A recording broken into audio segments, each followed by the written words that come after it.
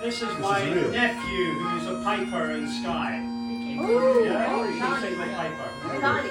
He's called Archie. Well, that's asking a lot though, isn't it, really? Yes. So I'm just going to address the haggis. Try to learn it by heart this time. Oh, it's hard.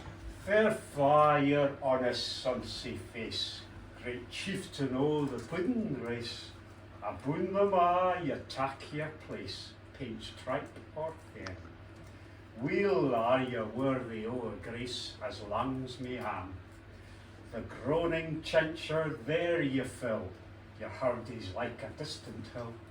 Your pin would help to mend a mill in time o' need, and through your pores the dews distill like amber bead. His knife see rustic labour dight, and cut you up with ready slight.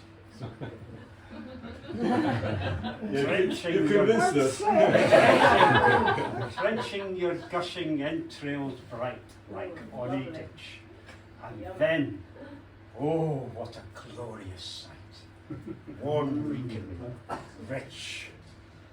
Then horn for horn they stretch and strive, deal take the hindmost, on they drive, till all their wheels swelled thank it drive like belive or bent like drams, and then old Goodman may thank it rise, may thank it hums. Then is there but o'er his French ragout, or olio would straw a stew, or fricassee would make her spew, with perfect scunner, looks down with sneering, scornful view on sick a dinner. Poor devil! See him o'er his trash, as feckless as a withered rash. His spindle shank a good whiplash, his neven it, through bloody flood or field to dash. Oh, how unfit! But mark the rustic haggis fed. The trembling earth resounds his tread.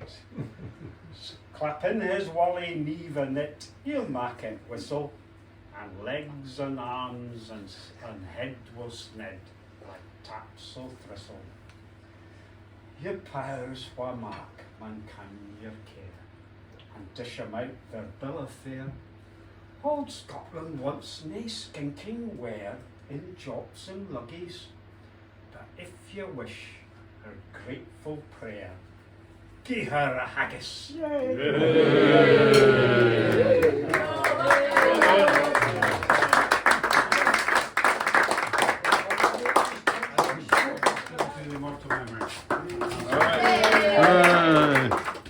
At the end, if you like it. Anyways, as Sandy said, he's asked me again, so last year obviously it wasn't too bad, to give you the immortal memory, which is the part of the evening where I'm supposed to provide you a little bit of information about Robert Burns, our famous poet and songwriter. So, when I come to Stoke today, and chatting to you, I realise that you're all incredibly well educated and knowledgeable people, so I'm not sure if I can teach you. Okay, so you disagree with me then? All right. We've all got Alzheimer's, so we've forgotten what you said last year. Funny enough, I tested my wife and she's We still don't got Alzheimer's yet. All right, good. Hopefully nobody has. Anyway, so what I'm going to do this year is instead of going into a speech, I've put together 12 sort of interesting points about Burns, which I hope will interest you and give you some more information about Burns, our protagonist. Before, of course, Jeff gives you an input into the lassies, and Pam then rips shreds out of the laddies, hopefully. So we'll hear about that later. So here we are. This is a bit of information about our national treasure, Robert Burns. So Burns was born in Alloway in the southwest of Scotland on the 25th of January 1759, so that's 264 years ago. So that was a long time ago. And he died at the tender age of 37 of glandular fever, and completely penniless. And for those who don't know, it's his birthday, even though we're slightly early, that we're celebrating here today. That's what Burns Supper's all about. So Burns Suppers will be going on for 222 years. The first took place in Dumfries in 1801, 5 years after his death. So they've been going on for a long time. So there's been a lot of speeches to the lassies and the laddies, and a lot of whiskey and wine drunk to his name. And hopefully this will carry on here in Stokesley. At 15 years of age, he wrote his first poem while working in the fields, and of course it was a love poem inspired by a bonny lass called Nellie. And it goes, one part of it is, her face is fair, her heart is true, as spotless as she's bonny o. The opening gowan, what we do, nae purer is than Nellie o. Well, she wasn't that pure, because with Robert Burns, nothing was pure when it came to the ladies. And at 27, actually, he had an affair with the love of his life, a lady called Jean Armour. Initially, her father actually warned her off and warned Burns off, who he saw as a blackguard, and issued a writ against him on the grounds of fornication because of his behaviour, his renowned behaviour.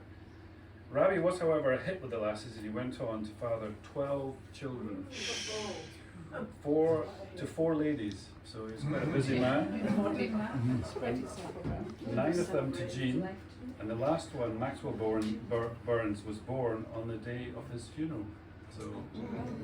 So he filled his 37 years. Now, Burns, you may not know, but Burns, we almost didn't have poems and songs by Burns and Burns Nights, because actually Burns wanted to leave Scotland and go and go to Jamaica and work actually with slaves and making sugarcane. But in fact he changed his mind because he successfully put out and published a set of poems called the Kilmarnock edition of poems. And in his life, Burns wrote over 700 poems. That's a hell of a lot of poems between the age of 15 and 37. And you're going to hear some of them today, tonight. And over 100 songs have been translated into 30 languages. So he was not somebody who was just known in Scotland and the UK, but known all over the world. Some of my favourites, which we may hear tonight, is Tua Moose, Twa Corgis, Tam O'Shanter, you may have heard of. And A Man's a Man for All That, which was sung at the opening of the Scottish Parliament in 1999.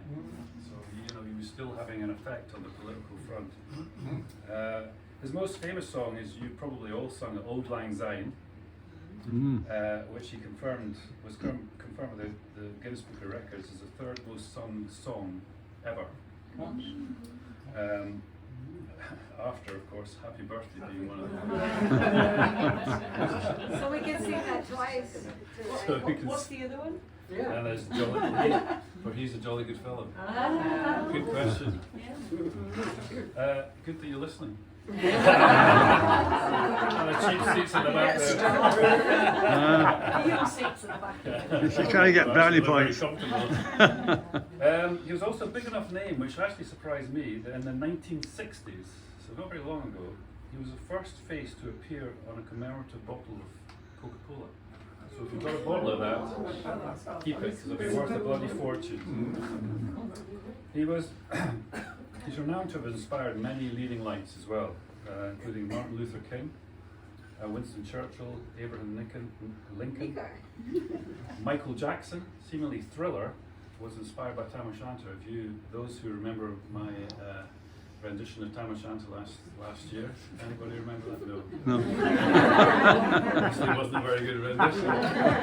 But Tam O'Shanter went into a graveyard and was met by all sorts of folk who were from the devil to people coming out of having a party, coming out of all the graves. And similarly, if you remember Thriller, that was related to that. Bob Dylan loved his poem A Red, Red Rose. John Steinbeck, I don't know, many of you probably read Mice and Men, one of my first books, big books. That was inspired by the poem To a Moose. And J.D. Saling's, his famous book Catcher in the Rye, came from, inspired by Burns' song Coming Through the Rye.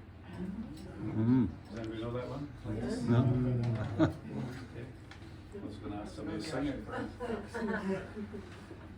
it. His international status further revealed the fact he actually has, I don't know if you remember this from last year, he has more non-religious statues than anyone ever, non-religious, except Queen Victoria and Christopher Columbus. And he's got statues all over the world, from New Zealand, Vancouver, in Canada, Detroit, and actually in Moscow, surprisingly enough. So, you know, Putin may be looking out at Burns tonight with a glass of whiskey, you never know. His poems have travelled all over the world, but actually one of them, they've also travelled outside the world. So there was an astronaut, an American astronaut, Nick Patrick, who actually took a miniature book of his poems on a 5.7 million mile journey into space, orbiting the world 217 times. Now, what poet can say that? Not many, I wouldn't have thought.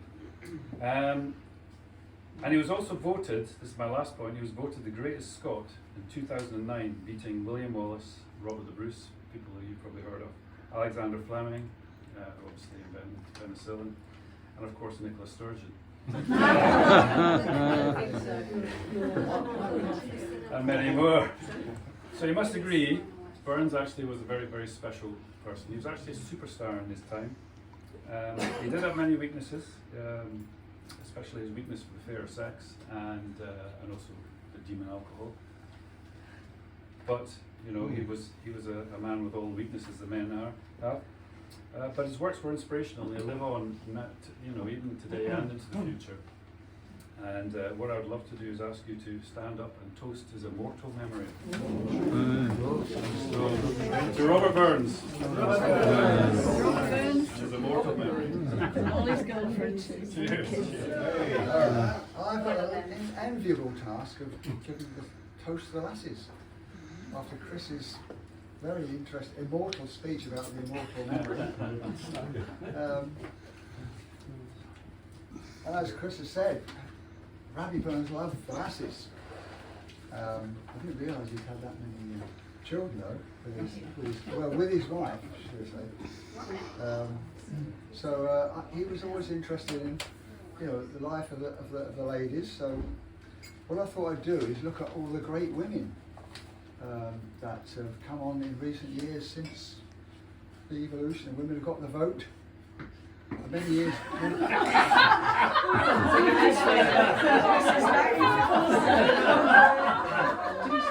It's 100 years since women got the vote.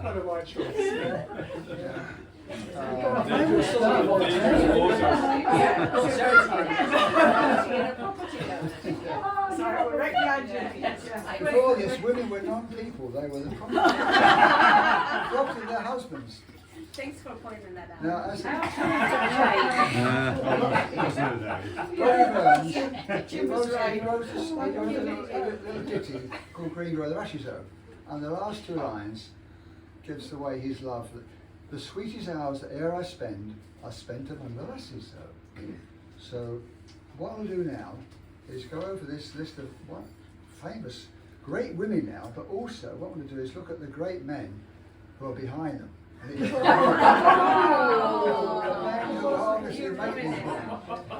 For example, Maggie Thatcher. Yeah. Tough as old boots. But who was it who filled her pipe when she wanted to smoke? It was, of course, Dennis, a great man. Cleopatra, amazing woman. But who was it who filled her bath with milk? It was Mark Antony, of course. Now, I might need your help with some of these others. Mary, Queen of Scots. Who was the great man behind her? Someone must know it. Well, what I've got here, he was her executioner. It was a man, Harry the Axe. Greta Thunberg, a modern great woman, a young girl. But who was it who actually did her plats for her and gave her pocket money. It was, of course, her dad. Queen Elizabeth I, a very long reign as our monarch, but who fed her the funny lines, kept her going? It was, of course, Blackadder. The Queen, bless her cotton socks, said she's gone. Who was the great man behind the Queen? And you all know that. Who was her driver at Sandy? Duke of Edinburgh. Duke of Edinburgh, of course. He loved driving around Sandy. I thought he lost his license. Oh yeah, so you have to feel quite sorry for him really. Because in Robbie Burns' day, they knew where they stood. And it's not so well defined now. But I found there are training courses, and I'll just tell you some of the topics. The first one is toilet rolls. Do they grow on the holders? Next one is differences between the laundry basket and the floor. Practice with the hamper. Dishes and silverware. Do they levitate or fly to the kitchen sink or the dishwasher by themselves? And that's a debate. This one is losing the remote control to your partner. And there's a helpline and support. And there's another one. Learning how to find things. Now, it's about starting with looking in the right place instead of turning the house upside down while screaming.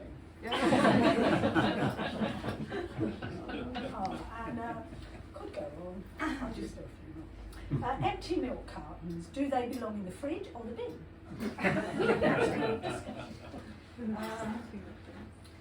Real men ask for directions when lost. And there's a real life testimonial from the one man who did.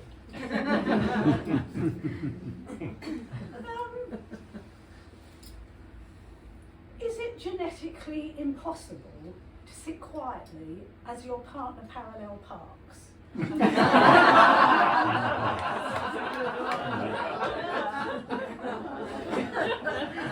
Oh, and this is one. Living with adults. Basic differences between your mother and your partner. And another one. How to be the ideal shopping companion. This is relaxation exercises, meditation and breathing techniques. And this one, getting over it, learning how to live with being wrong all the time.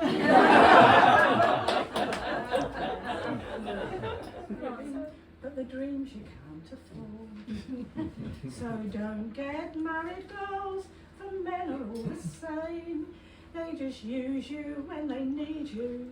You'd be better on the game. Be a call girl, be a stripper, be a hostess, be a whore. But don't get married, girls, for marriage is a bore. When he comes home in the evening, he can hardly spare a look. All he says is, what's for dinner? After all, you're just the cook. When he takes you to a party, he eyes you with a frown. You know you've got to look your best, you mustn't let him down. So don't get married, girls, it'll drive you round the bend. It's a lane without a turning, it's the end without an end. Change your lover every Friday, take up tennis, be a nurse. But don't get married, girls, for marriage is a curse. And this is the bit I'll probably but it can be gratifying when as equals you agree that cycling together beats housework quite thoroughly.